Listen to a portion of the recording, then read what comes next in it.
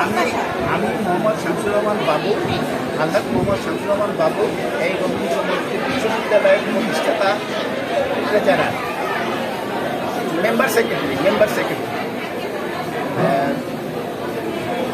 যে কথা বলছেন, আমরা যে লক্ষ্য নিয়ে গত 10টি বছর আমরা এগিয়ে চলেছি, এক শিশুর যদি কি হয়, 10টা বছরকে আমরা যুবক বা অন্যান্য মানুষ বলতে পারি না।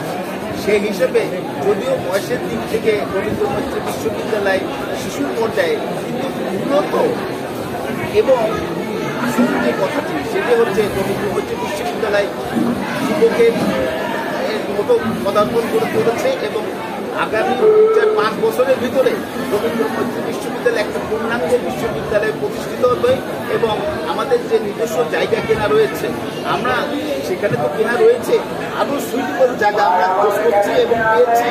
আমরা সেখানে চলে যাব। রবীন্দ্রনাথ কুষ্টিয়ার মানুষের একটি গর্ব করার জায়গা।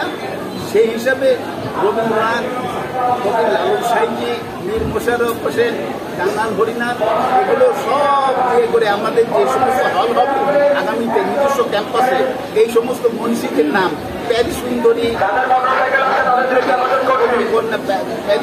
এনাদের সবার নামে আমরা এই বিশ্ববিদ্যালয়ে এবং কুষ্টিয়ার কৃতি বাঘাযতীন একজন আছেন বিপ্লবী বীর, এই নাম অনুযায়ী তাদের নামকরণ করে কুষ্টিয়ার ঐতিহ্যকে ফিরিয়ে নিয়ে আসবো বর্তমান প্রজন্মের কাছে। কারণ বর্তমান প্রজন্ম কেউ জানে না যে কুষ্টিয়ার এত ঐতিহ্য রয়েছে।